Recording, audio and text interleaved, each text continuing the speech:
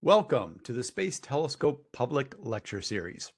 Tonight's talk, Gamma Ray Bursts, Spectacular Explosions from the Distant Past by Giovanna Pugliese from the Anton Pankowick Institute at the University of Amsterdam. I am your host, Dr. Frank Summers from the Office of Public Outreach here at the Space Telescope Science Institute.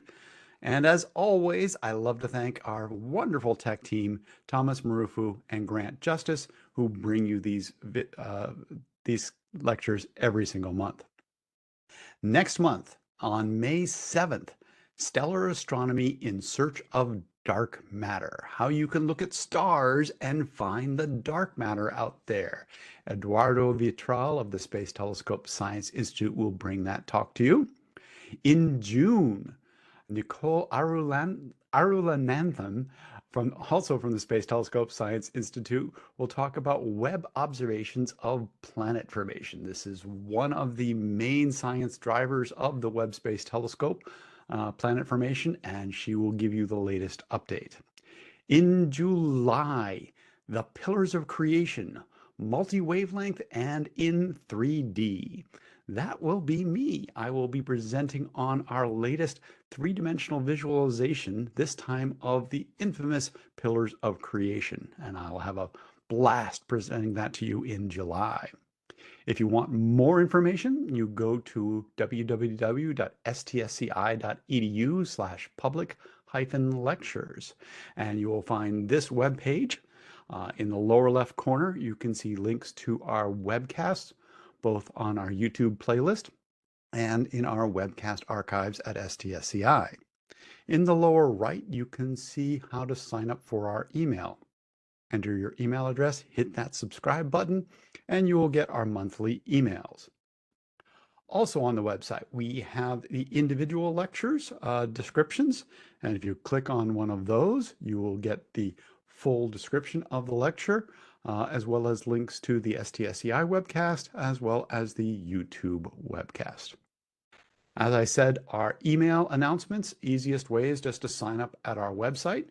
You can also subscribe to our YouTube channel, which is youtube.com Hubble Space Telescope. That's all one word, Hubble Space Telescope. And if you click on it, you will get the new video notices as well as reminders of live events such as this. And finally, if you have comments or questions, you can send them to the email address publiclecture@stsci.edu. Our social media accounts that we run at Space Telescope are for the Hubble Space Telescope, for the Webb Space Telescope, and for our Institute on Facebook, X, YouTube, and Instagram. And now the news from the universe for April 2024. And I chose just one topic to discuss with you tonight, the multi-wavelength views of NGC 604.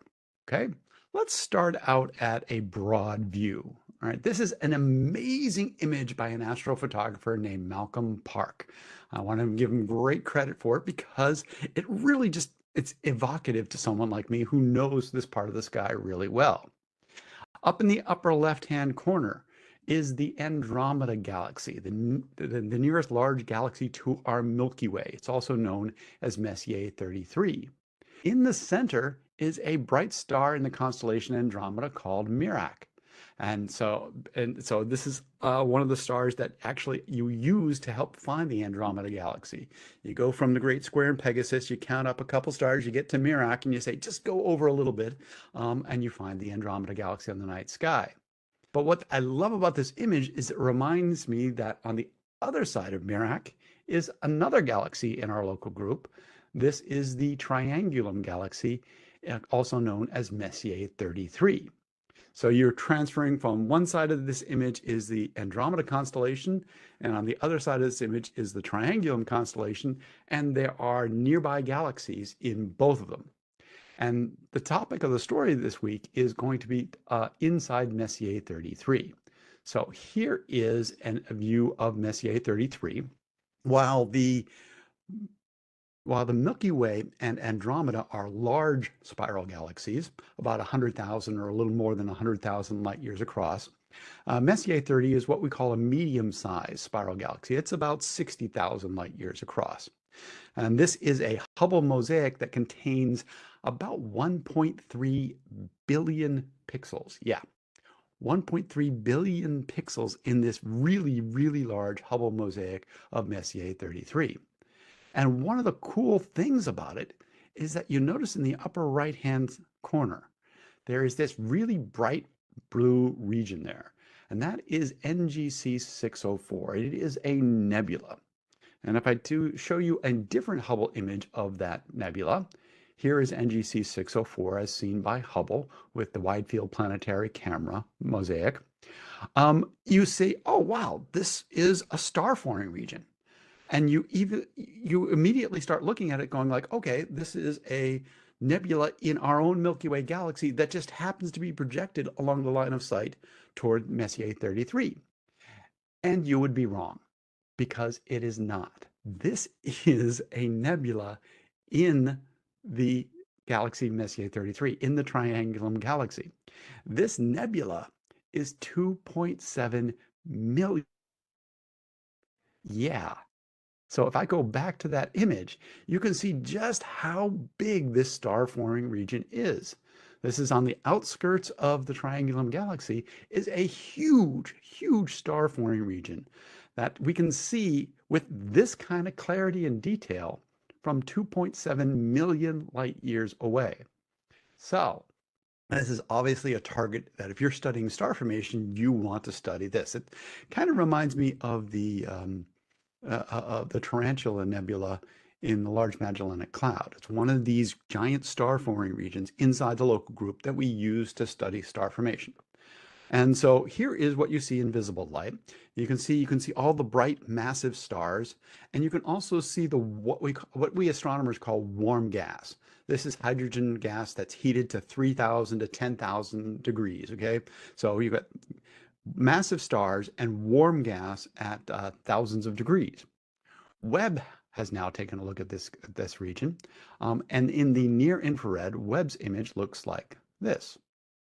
It looks significantly different because you're not seeing the massive stars. You're not seeing the biggest stars because they shine mostly at visible and ultraviolet light. The stars that shine primarily at infrared light are the lower mass stars. So you see the lower mass stars, and also you see what is called cool dust, dust that's at hundreds of degrees Kelvin, right? And so you're seeing a different set of dust. It's slightly displaced from where the visible light gas is. And then Webb also has a mid-infrared channel, which goes out to even longer wavelengths. And that you're seeing even cooler dust and seeing very few stars in the mid-infrared. Okay? So going from visible light to near infrared to mid-infrared shows you three different structures, three different types of structures inside this nebula. So they align them and put them together into this animated GIF. And so here we have visible to near infrared to mid-infrared, visible to near infrared to mid-infrared. And if you watch carefully, you can see the structure actually sort of expanding a little bit because you're seeing gas and dust deeper and deeper into the nebula. As you go to lower and lower temperatures, you have the gas and dust has to be further and further away from those hot stars in the core in order to be glowing at those temperatures. So in the visible, you're seeing the hot gas, and then in near infrared, you're seeing the cool gas that gets a little bit deeper, and in the mid infrared, you're seeing even a little bit deeper. You're sort of watching the structure, the skeleton of the nebula grow as you look further and into the dust. And this is one of my favorite things about living in the combined Hubble and Webb era, is that we really get to see high resolution, detailed images of objects like this that show us how they look across multiple wavelengths and see different facets of it with each image. All right, our speaker tonight is Giovanna Pugliese. And she is from, oh, so I gotta find, where's that stop button? There it is. Okay. And she's coming to us from the Netherlands, where it's 6 hours later than it is here in Baltimore. So thank you for staying up and giving this talk. It's fantastic. She's originally from Italy, and she got her undergraduate degrees at the University of Bologna and got her master's in Rome, and got her PhD in Germany at the University of Bonn and the Max Planck Institute for Radio Astronomy. Then she traveled an awful lot, a good amount, while doing postdocs, starting out at University of California, Santa Cruz. That must have been fun. The European Southern Observatory in Garching in Germany. And then she finally settled on the Netherlands and was at Utrecht University and Radboud University before settling up at the University of Amsterdam. One of the things I noticed while researching her on the internet today was that she has a strong commitment to teaching. She went back and got her master's in teaching. Okay, most astronomers who do research don't, I mean, they want to do their teaching well, but they don't go back to get a master's in teaching in order to do this. So, real big kudos to you for that. And she tells me that one of the highlights of her life is her three kids. She has two twin boys and a girl, and that they are one of the highlights of her life, along with her husband, by the way, who is also an astronomer. All right. So, ladies and gentlemen, Dr. Giovanna Pugliese. Thank you very much, Frank. It's really a big pleasure to be here for me, and I started to share my talk.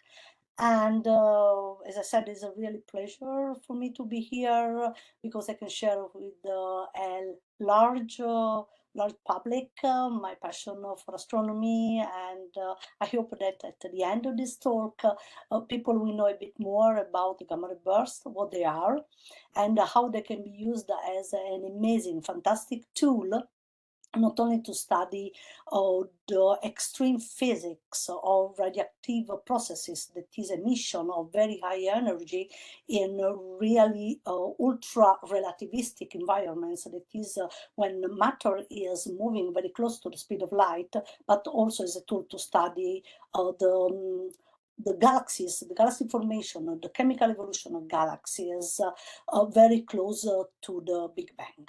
So I am not the protagonist of this talk. The protagonists are gamma ray bursts, and I think that is just better to start with them, just to show you how they look like in gamma. What are gamma ray bursts? They are just flash of very high energy in the gamma band that last for a very small amount of time. For many, many years, more than 30 years, this is just how gamma ray bursts looked to us. I tell you that on the horizontal axis, you have just the duration of this very bright emission in gamma, and on the vertical axis, you have the count of photons in the gamma detector. So you have just the energy that is released by these high energy photons in the detector. As you can see, I hope that one thing that is just striking you is that there is a large variety of GRBs. I would like to point your attention at the top right. You can see that the duration is just about less than 30 seconds, but then you see that you have a very sharp increase in energy, so in emission, and then slightly, very smoothly, it's just fading. Now, look on the bottom middle, you will see that the duration is just more or less the same, but it is a totally different feature that this new GRB is showing. So you have multiple peaks that gives the idea that the progenitor is acting in a different way. And then the question is, does this depend only on the progenitor? Does it also depend on the way in which this progenitor was formed or evolved or is interacting with the matter? So at the beginning, for, as I said, for many years, this is just what we were just wondering. And the reason it is because we could detect them only with the gamma detectors. Now, before telling you more about GRB, I would like to show you this plot. Probably many of you saw it already many times. To study gamma rays, we need satellites, because good for us and for our health, because the gamma rays are, they are produced in nuclear reactors. They are very bad for our health. So our atmosphere, luckily, is filtering them. As you can see, is filtering the gamma, is filtering the X. So to observe gamma rays and X-rays, we need satellites that are above our atmosphere. Then, of course, we have the optical part of the infrared, the microwave is also filtered. So we need telescopes that are above the atmosphere, and we are really very lucky to have JWST that now is doing great things for us. And then all the radio instead, they pass through the atmosphere, so we have a lot of radio detectors on Earth. What is another characteristics of the gamma detection? That for the way in which they work with a technique that is called scintillators. I don't go into details. Gamma rays, they don't give us a very detailed position. What does it mean? It means that when we observe in gamma, we have a lot of the portion of the sky. We have arc minutes. And so we cannot say to a telescope on Earth, point there. It is like if I tell you that I have a friend in Rome, but I'm just telling you, okay, lives in Rome, but I cannot tell you in which street this friend is living. So for many years, we just observed gamma ray burst with the gamma telescopes. And what we know was just that they were very bright, emission in gamma and short duration. Then in the 90s, another telescope, another satellite with a better resolution was launched, and it started to observe the gamma ray bursts continuously. While there was some lack of time between the GRBs were discovered in the 70s, and then we started to get the data in the 90s. Well, the reason is a very interesting one, because the GRBs were discovered in the 60s by some secret satellites. So there were satellites, we were in the middle of the Cold War, and there were these satellites who were monitoring the nuclear explosions, reactions of atomic bombs that other countries were just testing, and United States was just looking in the sky to see what was going on. And suddenly they started to have all of this emission in gamma they were pumping out continuously, and they just realized that there were too many. They were everywhere in the sky, so they just realized they couldn't be terrestrial, they couldn't be really produced on the Earth, but they were astronomical. So for many years, until the 70s,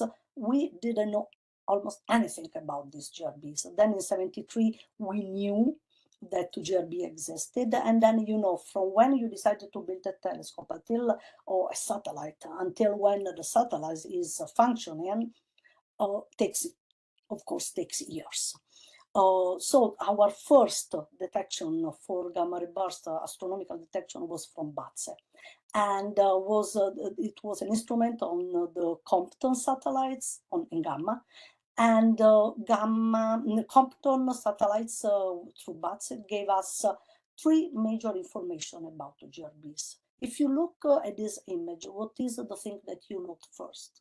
You know that GRBs are everywhere. This is just an image of how we see the sky from Earth, all of the sky. As you can see, GRBs are all over the places. We say that they are isotropically distributed in the sky. It means that they don't have a preferential direction. As you can see, they are not clustered in one place. They are all over the places. Another thing that BATSE observed for us, is that there was a less number of GRBs that were faint comparing to the number of GRBs that were brighter. What does this mean? This was a hint, an indication that probably gamma ray bursts were not occurring in our galaxy, but probably they were cosmological. Why? Because if they were on our galaxy, if objects are closer to you, you should also see more faint objects. The farther away they are, the less the faint you are detecting.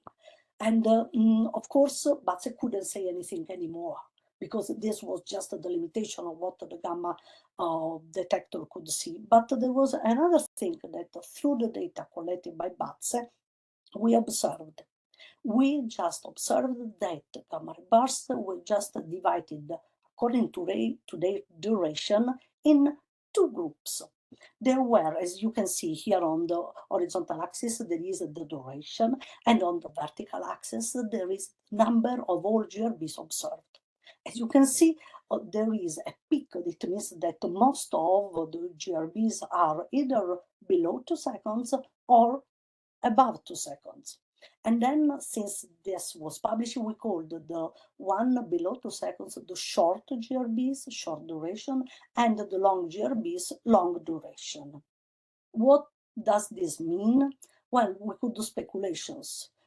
Could this mean that they are actually two different classes of gamma ray bursts, that they have different progenitors, or they have both different progenitors and they occurred in different environments, so in different galaxies? Well, we needed other satellites. We needed to observe GRBs in other wavelengths at other frequencies that could allow us to have a better position, a better localization of the event. Just to summarize, these are just the main observations that we had from until the 90s. We know that they were just publicly announced in 1973 that they peak in gamma, that the duration is between few milliseconds, that is, for example, 0.001 second, and up to 1000 seconds, that, as I show you in the previous plot, they can have a very rapid variability that we detected more or less from all over the skies, including short and long GRBs, about 1000 GRBs per year. And Batze discovered that they were isotropically distributed and probably they could be a cosmological distance. Now, I would like to open a parenthesis because I want to be sure that when I speak to you about redshift, about cosmological distances, and about parsecs, we know what we are speaking. So I would like, I hope that this goes, yes. Now, this is just a plot of how we think that our universe evolved from the Big Bang. Now, fix your attention on the bottom part of this slide. You have that on the bottom, you have the age of the universe.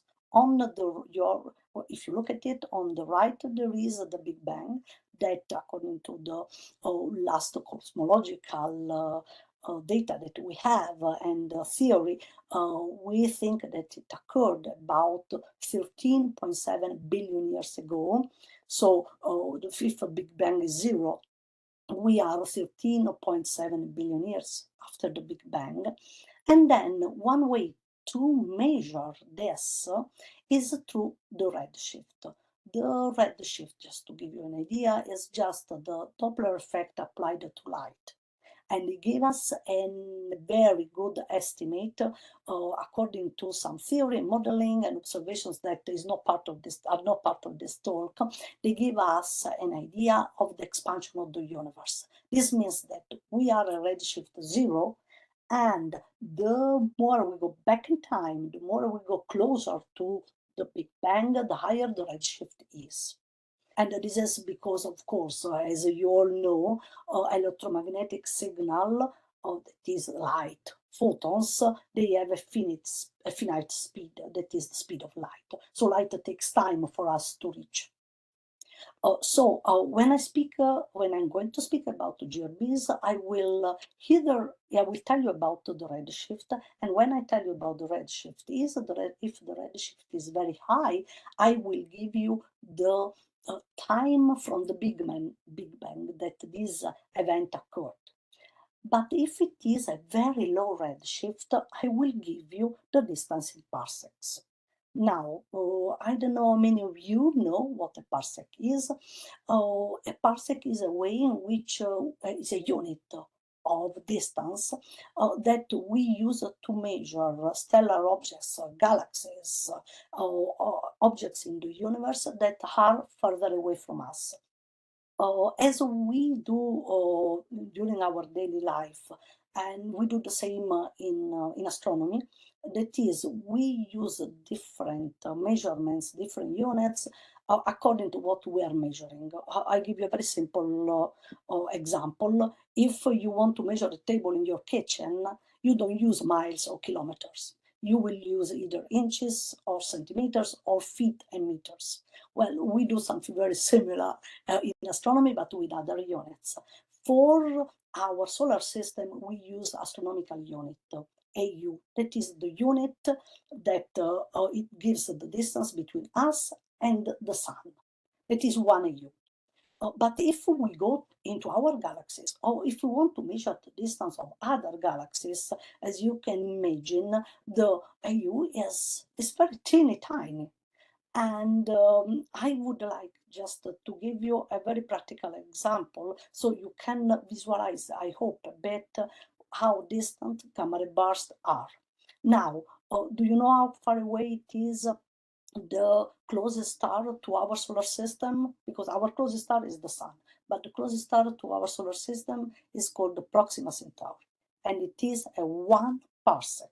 Now imagine that you are at home and you take a step, and taking that step, that corresponds to 1 AU. So taking that step, you reach the sun.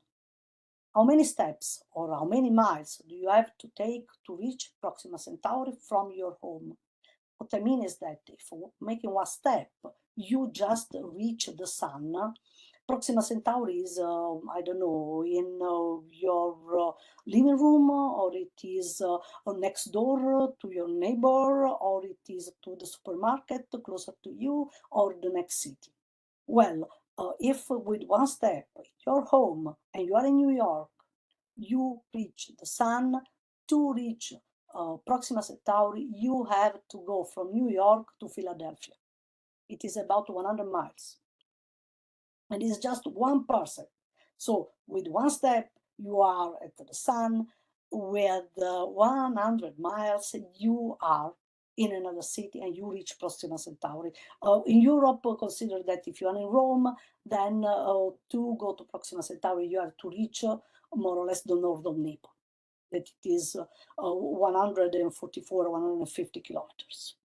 So I hope that now we know, when I'm going to speak about distances, how we can just quantify and visualize this. Let's go to the next step. This is just what happened in 1997. Just to clarify, when we name a GRB, there is first the year, then the month in which occurred, and then the day. So this was the first ever GRB observed in the optical. It was the 28th of February 1997. Why we were able to do all of this? Well, because in 1996, Beppo-Sachs, that is a satellite in X-rays, a collaboration between Italy and the Netherlands, was launched. Why in X-rays? Because in X-rays, eventually we can have a more narrow position to give to the telescope on Earth and say, look, now it is not anymore arc minutes, I'm giving you arc seconds. It is like if now I'm telling you that my friend not only lives in Rome, but I'm giving you the address of my friend with the street and the civic number. And this is what happens in February 97. Beppo-Sachs had got a trigger. He got to the position. He took this position and he shared with a lot of different detectors and telescopes on our planet. This is a Dutch telescope on Canary Islands, and the telescope now knows where to point, and it could observe the first optical transient of GRB. And then they saw that it was cosmological, because look at here, it was 0.69 the redshift, and this corresponds to about 7 billion and 400 years after the Big Bang. So the light really spent more than 6 billion years to reach us. And this was the first amazing evidence, not only that GRBs are cosmological, so they are not in our galaxy, but they are in other galaxies further away from us, but also that they are emitting energy in gamma, in X-rays, and now they are also in the optical. And that was starting to be interesting, because this means that we have something very powerful, very energetic, that still has energy to radiate, not only in gamma and X, but still in the optical. And then gamma ray burst 970508 occurred. This is the one of the 8th of May 1997. And this is an HST image, and this was an amazing proof that GRBs are cosmological, but not only this. This GRB taught us a lot of things. First of all, you can see that on the left, there was the first image taken by HST, that is not optical. And then on the right, you see that after a few days, the brightness of the image is starting to fade. But together with this, also radio telescopes pointed on the direction of this GRB, and they saw for the first time that the GRBs also were emitting in radio. So at this point, you are starting to have a lot of pieces of a puzzle all together. It is very bright. It is very, very energetic. It has a very short duration and is emitting in so many electromagnetic waves. So what this is? You have to think that, at least I like to think in this way, that in science in general, we have a kind of tennis match between the theory and observations. Sometimes the theory can make predictions of what later on, with good better instrumentations and the evolution of technology, we can observe. And this happens all the time with Einstein and all what he theorized. And that he did some predictions, and then we see, oh wow, that's true, that is there. And then what happens? That then when you have the data, you are again launchable to the theory, saying, okay, this is something new. Theory, can you explain this? Sometimes the theory can, sometimes can't. Then we have to tune it. And then it is just going on a kind of bouncing between theory and observation, just to improve our knowledge of whatever we are researching. In the case of astronomy, of course, astronomers is, of course, the universe. In the case of GRBs, the prediction was there. It was done in the 80s with something that is called the fireball model. Now, if you go online, you find really a lot of simulations about this. But I will try to use my hands to explain. The idea is the following, that long GRBs are associated with the explosion of supermassive stars. That is masses that it is at least 20, 30 times the mass of the sun. While the short GRBs are related with the merge of compact objects. At that point, we didn't know if it was two black holes merging, or a black hole and neutron star, or a neutron star, or together with another neutron star. But whatever is the progenitor, either two compact objects or a supermassive star, gamma ray bursts are just the fireworks that the universe is launching toward to us, saying, hey, look at here, a black hole is born. These are what gamma ray bursts. This is what gamma ray bursts are. They are just the birth of black holes, stellar black holes. The idea is just the following. Let's focus more on the long GRBs because they are a bit, at least for decades, they were better studied than the short GRBs. Now imagine that you have your supermassive star.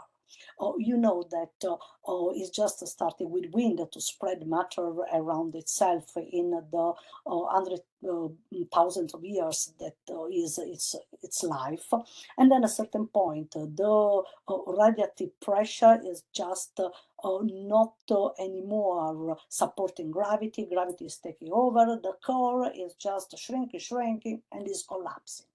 While this core is collapsing, the idea is that it's forming a black hole in a way in which we cannot yet tell you, because this is just something we are working on. This is work in progress.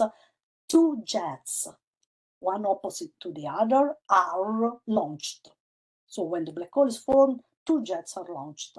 These jets, what are? They are just channels, very narrow channels of super relativistic matter and energy. And we see the GRB if these channels are just pointing to us to our telescopes. Once these jets are launched, the star is still, the black hole is still there, but the matter is still collapsing, and then it explodes as a supernova, what we call an hypernova. Now, what happens in the jet? Focus on the jet. In the jet, we have this super energetic matter, ultra relativistics, that is the speed of this matter is very close to the speed of light. Then you have what we call shells of matter. Imagine just the layers of an onion. So you have these shells of matter that are moving, but sometimes their speed is in a way that one shell is just hitting each other. So you have gamma, gamma, gamma. Then it started to decrease because it started to expand.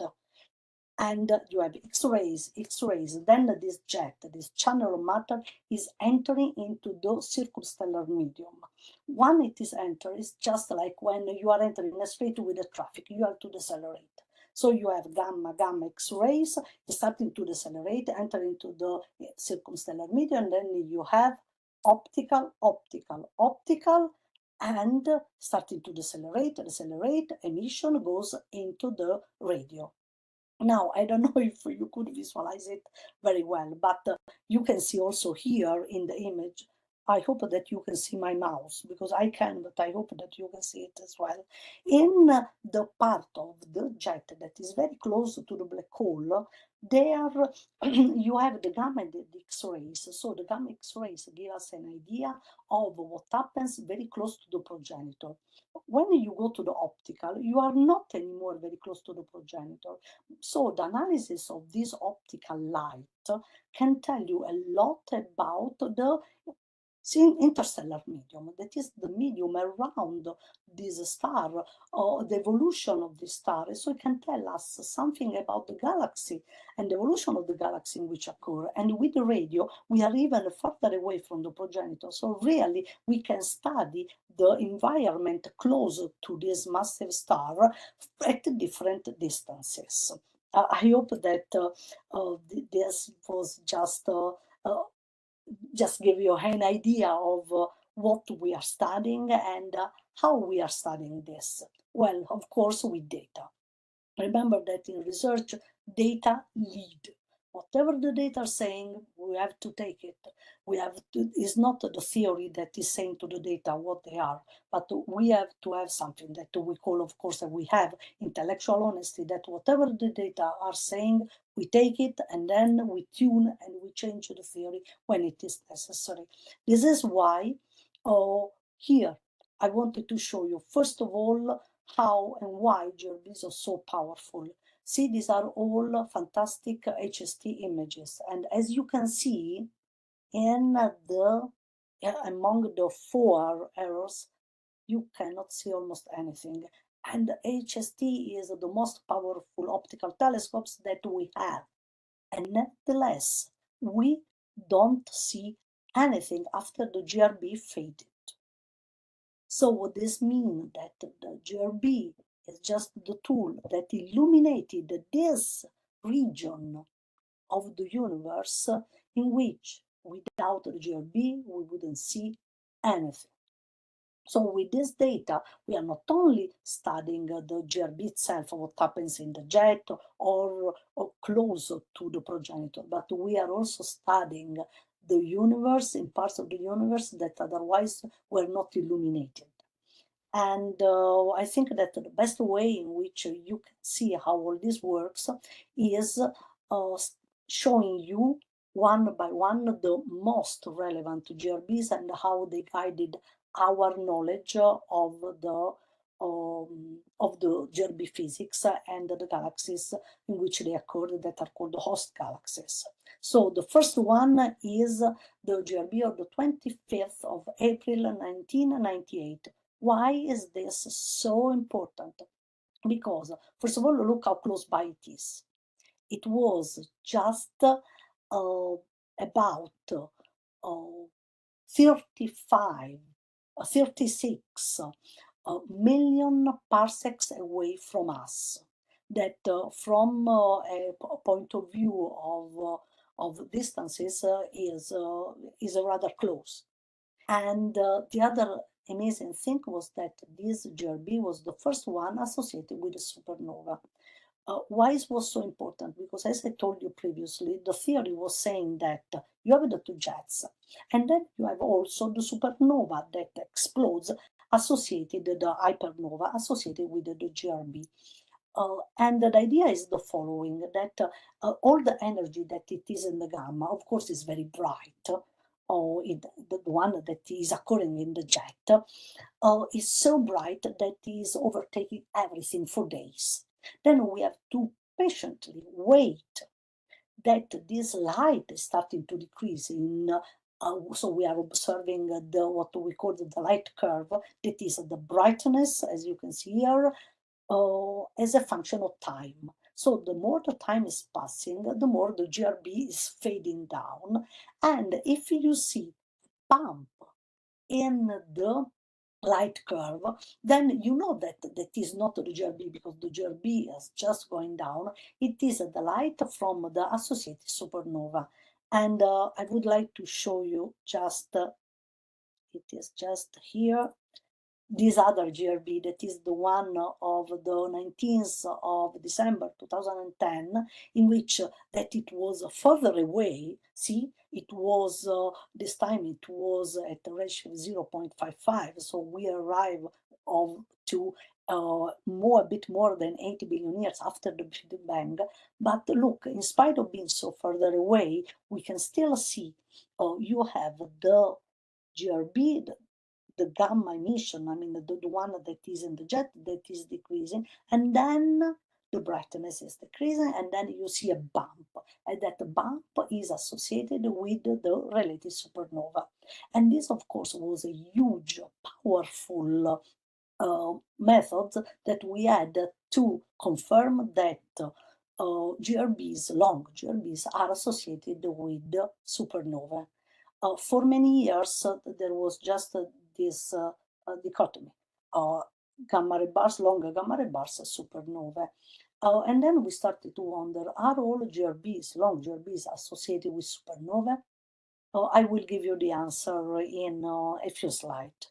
Let's go now to another fantastic GRB. This is very, very famous. Why? Because it was extremely energetic. This number, 2.78 times 10 to the 54 erg, to you probably doesn't mean that much. This is just an energy isotopic, and it is in all directions emitted by the GRB in just 110 seconds. That is, here there is a 10 to 54, means 1 with the 54 zeros after. But if you now consider that during his whole life, that it is 4.5, about 4.5 billion years, the sun, I repeat, during its whole life, 4.5 billion years, the sun emitted 10 to 51 ergs.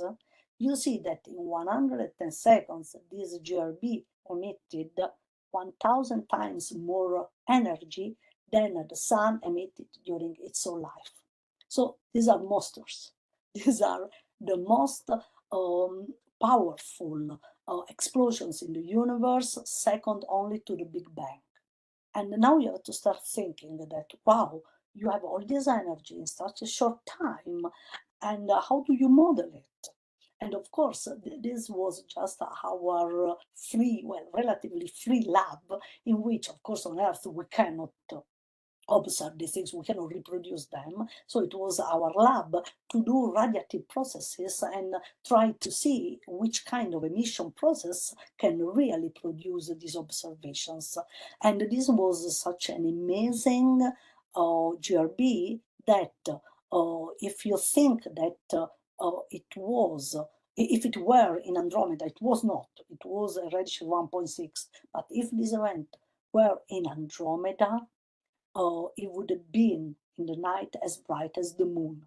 This just to give you an idea of how much energy was just released. And this is just how the light curve that we have, so bright in a short time. This is also another very important gamma ray burst, one of the 29th of March 2003. Why? Because we observed that this GRB was associated with the supernova, but using a different technique. Before I showed you the light curve, it is the brightness that changes in time, but this gamma ray burst was associated with supernova using spectroscopy.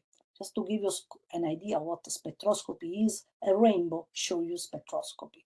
You have just the light that enters the atmosphere, and with the special meteorological conditions, it's just interacting with atoms and molecules in the atmosphere, and what you see is just the light that is just divided in its wavelengths. Well, we use the same technique in the universe, and I would like just to show you this image. I hope that this can help you a bit to visualize. You have the telescope on the left, you have the GRB on the right, is entering a region of matter that we call the molecular clouds, with the molecules and ions and different atoms. And this light, very energetic, is interacting with these atoms and molecules. So sometimes is stripping away directly an electron, so it is ionizing the atoms or the molecules, or is just making jumping the electrons inside the atomic levels of these atoms. And once it does, we have these what we call the absorption lines, and this kind of features, these absorptions, tell us precisely which atoms this GRB met. So you can see on the left, without being too much into details, on the left you see that we are observing hydrogen, while on the right we are observing all of the other elements like oxygen, iron, nitrogen, and zinc, and magnesium, and magnesium, all of the oxygen, all different elements that are actually formed into the star and spread inside the interstellar medium once the star just exploded. And here we have another very interesting GRB, and this GRB is just very important because it is the only one for which we have a detection of a molecule, of a special molecule. This is carbon monoxide. And up to date, this is the only one in which we could observe it. And we also saw that at such a high redshift, 3.03, we have a very massive star that is also very dusty. And gives us also an idea of the star formation rate that is occurring in that galaxy. So we're starting to put all different pieces of puzzles together. We have the emission, we have the radiative processes, we have molecules, we have atoms around it. We are starting to study galaxies. What else can we do? And what else gamma ray bursts are telling us? this is, I just showing this because probably some of you even saw it, because this is the gamma ray burst that was so amazingly bright that was for a very short period was possible to see it with the naked eye. And of course, this is very rare, especially because it is at a redshift that is not that close by. And I have to say that it is not very easy to recognize, to reconcile the emission in gamma with what we have been observing in the optical. So this is all what I was telling you about the tennis match, in which now the observations are telling us, and we have to think carefully how to explain them, tuning our theories and of emissions and radiative processes. Now, this is one of the most famous. Why? Because this proved definitively, it was a very important proof that we can use GRBs as a cosmological tool. Because look, this GRB was at redshift 9.2, and this means that it was just 535 million years after the Big Bang. It means that without this GRB, we had no idea whatsoever that there was something there, as you can see in the middle of the image. So we had illuminated a part of the universe that we really want to study. Why? Because the more we go back, time close to the Big Bang, the more we reach the point of the moment in which the first stars were born. The first stars are, of course, made mainly of hydrogen and helium, and this gives us also an idea of how the universe was, we call it, reionized. That is how we had photons, electrons, and ions back in the universe. So this was the proof that indeed gamma ray bursts can be used as a cosmological tool. Then I want to show you this, because this is a GRB in which I worked. I am part of a very large collaboration in Europe, but also in the United States, but also in other countries, in which we take the positions that are given by the satellites of these GRBs, and we use telescopes in Chile or in other part of Europe to observe the optical transients of GRBs to study the chemical evolution of galaxies. Now, why am we show you this? Because this is the only GRB for which we had at the same time the spectrum of this GRB as soon as the GRB just exploded. So as soon as we got the data from the satellites, and after 5 hours we observe it.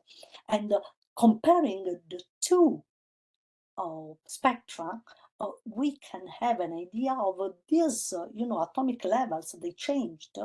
And so we can say something about the power in the GRB, and with a special method that is called the theory of the ultraviolet pumping, we can try to get the distance of the molecular clouds in which these atoms were.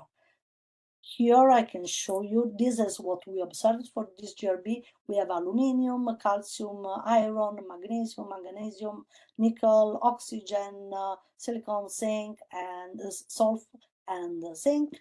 And we determined that the distance of this cloud at redshift 3.5, so not close by, was about 250 parsecs. So really we can start to study the galaxy and the dust and the chemicals that are the atoms that are in around the GRB, so in these galaxies. I'm pretty sure that this is you know this GRB, because this is one of the most famous, and this is a fantastic one. Why? Because this is the GRB that the one of 17th of August 2017 that put together gravitational waves, neutron star mergers, and short GRBs. This GRB showed once for all that at least some short GRBs are in reality related to the merger of compact objects. And how are we sure about this? Because in the moment in which we observe this GRB, LIGO and Virgo gave us one of the first gravitational waves detections. You know, they got the Nobel Prize for this.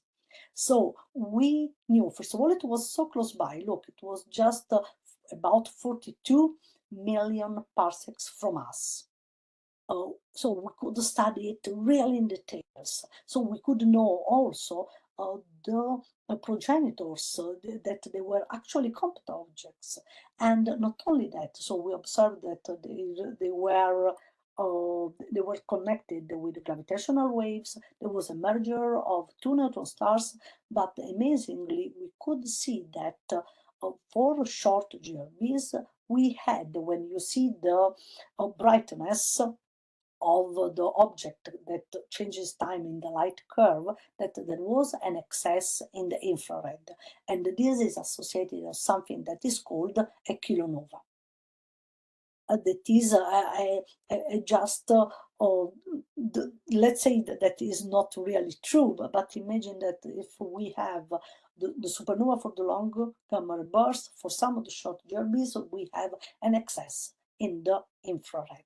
And is this true for only for the short GRBs? I think this is a legitimate question to ask, because at the moment I only told you that the long GRBs, some of them are associated with the supernova, and now we know that short GRBs, compact object mergers, that are associated with kilonova. Before answering to this question, I want to show you this, that both stays for bright of all times. This was the most majestic and brightest GRB in gamma. And look at there, the energy emitted isotropically was about 10,000 times the energy that the sun emitted during its whole life. So this was really monster. But what we are trying to understand is that, just focus on the red part, on the red lines. On the left, you have the emission in gamma of these GRBs. The blue points are all the emission in gamma of all the other GRBs. As you can see, this is just on the top, is the brightest of all. But on the right, on the other hand, you have the luminosity in radio.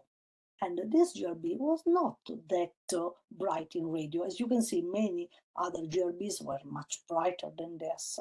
So how do we reconcile this? How it has this very long afterglows, one of the longest ever observed, for really thousands of days. We have this data. It is so energetic in gamma, and then in radio is just a low luminosity GRB. Well, there are many theories that have been shaken by this, and this is still work in progress.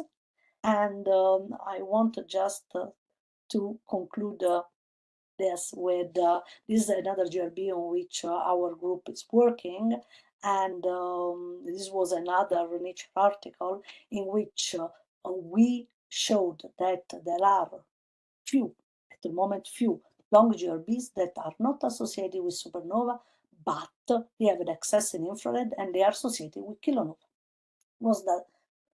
What does this mean from the theory point of view? Well, it means that some long GRBs are associated also with compact objects. Are they associated with compact objects in different binary systems? Because one thing that we have always to remember is that in the universe, about 50–60% of all stars are in binaries, and sometimes in triple systems. So which kind of binary system this can be? This is again a work in progress. And this is my summary. This is just to remind you that GRBs are a powerful tool to study the the formation of black holes, that they are associated with different kind of galaxies, that some of them are associated with supernova, some associated with kilonova, that they are super energetics, and that for sure some short GRBs also produce gravitational waves. And these are, I conclude with some open questions. And I'm looking forward to listen to your questions. And thank you. All right. Thank you, Vana. This is a excellent history of our understanding of GRBs because it just shows us how many questions they've brought up, how many questions that they've answered somewhat, but still so many some questions still left out there. This has been quite a fruitful field over, I guess it's about 50 years since we were told that GRBs existed. Yes, it was in the 60s that the Vela satellites, the secret, let's call it quotes, secret satellites detected them, and then in the 70s this was made public. And then we started to observe, but then it took time because BATSE was only launched at the beginning of the 90s, and then started to collect the data for more than 10 years. And then we had Beppo Sachs. And then, of course, we had super fantastic satellites like Swift, like ETE, like Fermi, and our beloved Chandra that we hope that is continuing to run for a longer time.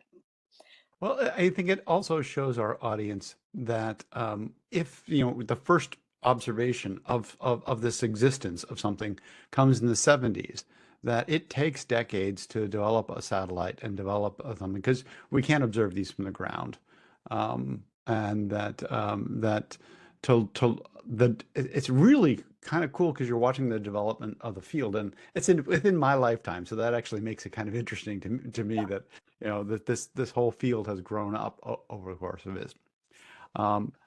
And so one of the things that always quite confused me a little bit, okay, is some of the terminology that has grown up in terms of like kilonova versus hypernova, and such like that. So just for me, who's an astronomer, could you clarify a little bit of that kilonova versus hypernova type stuff? Because I don't see it often enough to keep it straight. Well, the hypernova is a very energetic supernova, and it is associated with the death of a supermassive star. Because the idea is, just to summarize, is that you have first the black hole that is formed, then there is the jets, and here we have to admit that we really don't know how these jets are formed. This is a fantastic topic, and simulation still cannot help us very much on this. We know that it's launched, but we don't know how. Then, as soon as this is done, you have still all the matter that is collapsing, and then you have the supernova that is exploding. But to do this, you need a very massive star. When you don't have the very massive stars, you have two compact objects. And when you have two compact objects, these compact objects already lost most of their matter because they already exploded in their lifetime as a supernova at a certain point. Otherwise, you wouldn't have the neutron stars. So you don't have that much matter. So you have, when they are just, imagine that they are rotating into each other. There are a lot of very good videos about this. They are rotating into each other, they are rotating, but then they are starting to form a disk. Something that it becomes harder to keep in the other one, because with the explosion you are destroying it. So you have just the disk, but you still have the jets. And with less matter, then you have that all this is just emitted cooler at the infrared. Okay. Can you stop your screen share? Oh, yes, of course. Sorry. No, that's all right. Yeah. And now I'm going to invite Grant Justice, who is our tech support guy, who avidly watches the YouTube chat to pull out questions. Grant, you want to turn on your video and let us know if you found some fun questions today? Grant?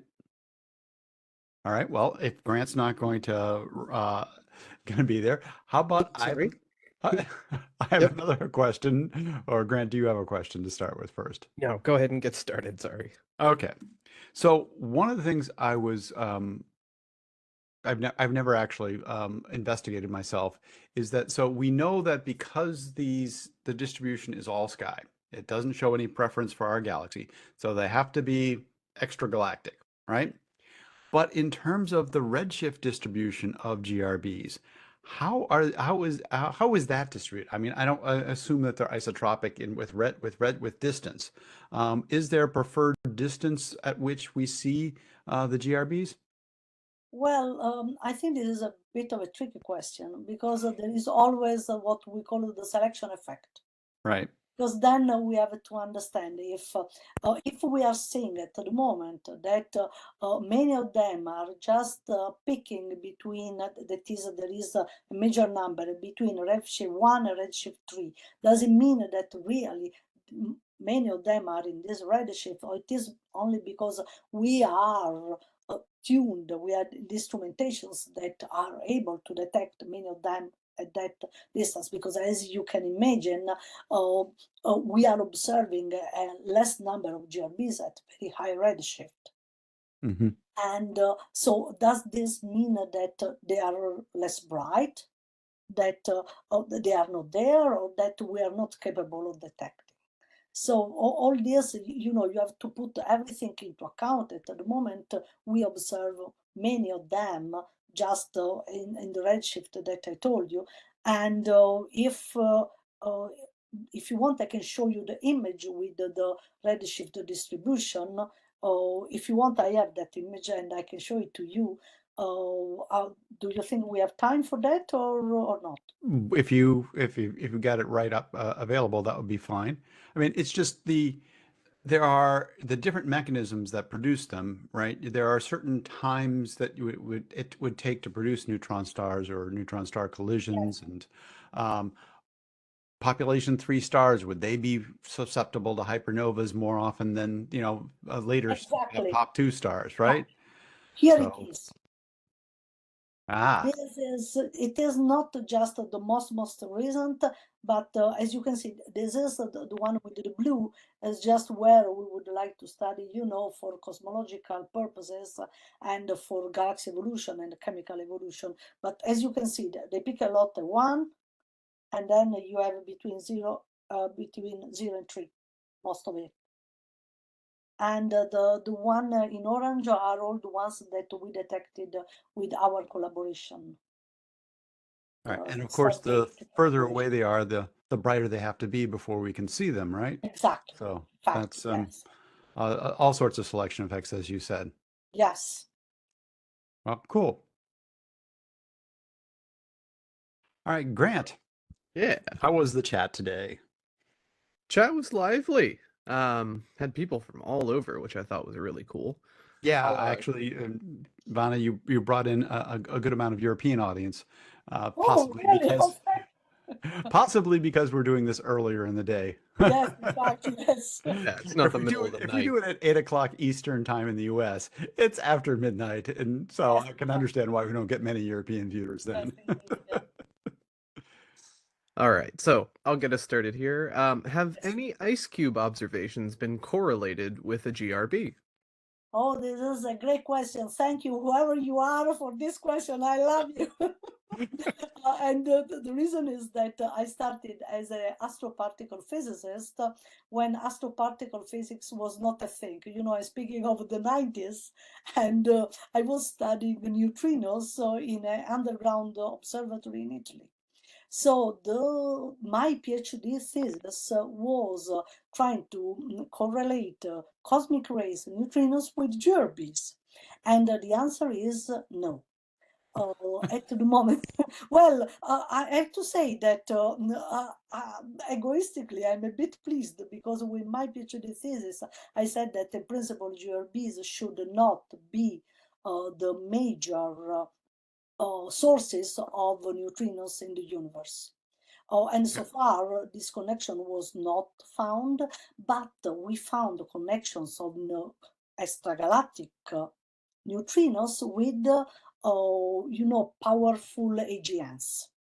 So the point is that in the GRBs, you are accelerating electrons very much, but you don't have to forget that together with the electrons, you are also having protons.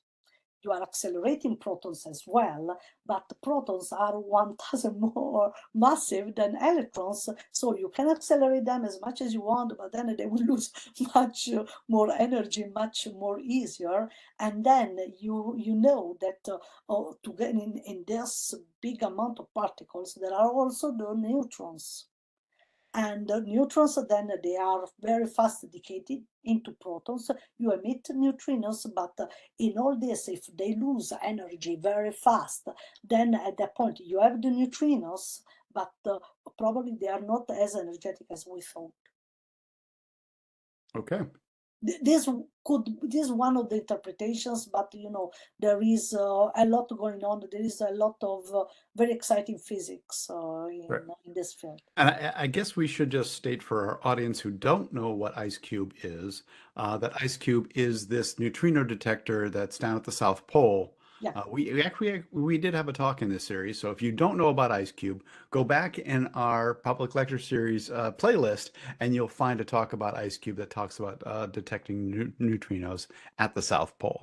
Okay. It is in very deep in the ice. It's an amazing technology advancement. It's fantastic. Mm-hmm. All right. What else we got, Grant? So, this will be a two-parter, and I think the answer is already known, but I would like the context from you as the subject matter expert. So one, what was the cause of the gamma ray burst that was first observed? GRB 221009A is what you mentioned. And secondarily, have you seen a gamma ray burst that has come from an unusual source or something that you weren't expecting? Well, the first question was that what was the progenitor of that GRB? Well, we think that it was a supermassive star. It was a long GRB. We don't have anything that is giving us any different indication, but we have also to consider that in 1997, we didn't have all the amazing detectors that we have now. We didn't have all the amazing satellites that could have done that thorough analysis that instead we are doing now. About your, I hope that I answered the first part. About the second part, there are some of the GRBs that I showed you. They have a lot of pieces of the puzzle that are not there. I mean, if you consider the GRB in which you have a very, very bright gamma, and then you don't have the same brightness in the radio, you have to think what happened to the matter after a while. You have also to consider that, as I was saying, some of the GRBs could really be associated with binary systems. And there are a lot of theoretical works that are done with this. I'm speaking of long GRBs. The problem there is that it is almost impossible, considering the distance at which they are, to disentangle the binary system from a very massive star. We don't have yet, a prediction, a theory that says if it is a binary system, this is how it should look like. Right. And with all of the first image that I showed you, this is what we would love to do it. That would be the Rosetta Stone for us.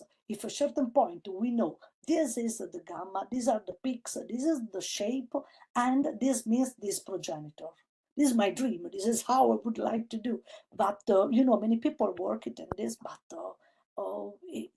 at the moment it's not very easy. It is not easy Right. at all. And in contrast, we actually have a very good idea of what a supernova should look like, right? The Yes. light curve and the fall off from that and how that fades away. So, I mean, that's sort of like the example at which we'd love to be able to have that for all these other events. But if I may say one thing, for the supernova, we know all of this because they occur in our galaxy. So they are close by, so we can really easily to reproduce, and we have been observing them for decades.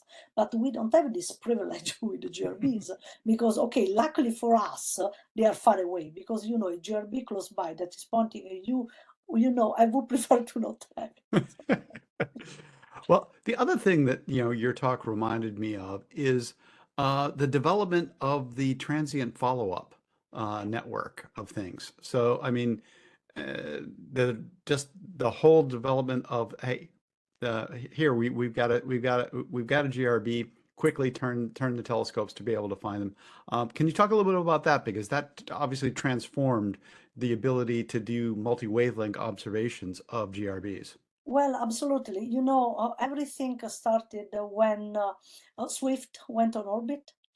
And we had also Chandra who was there, and then they start.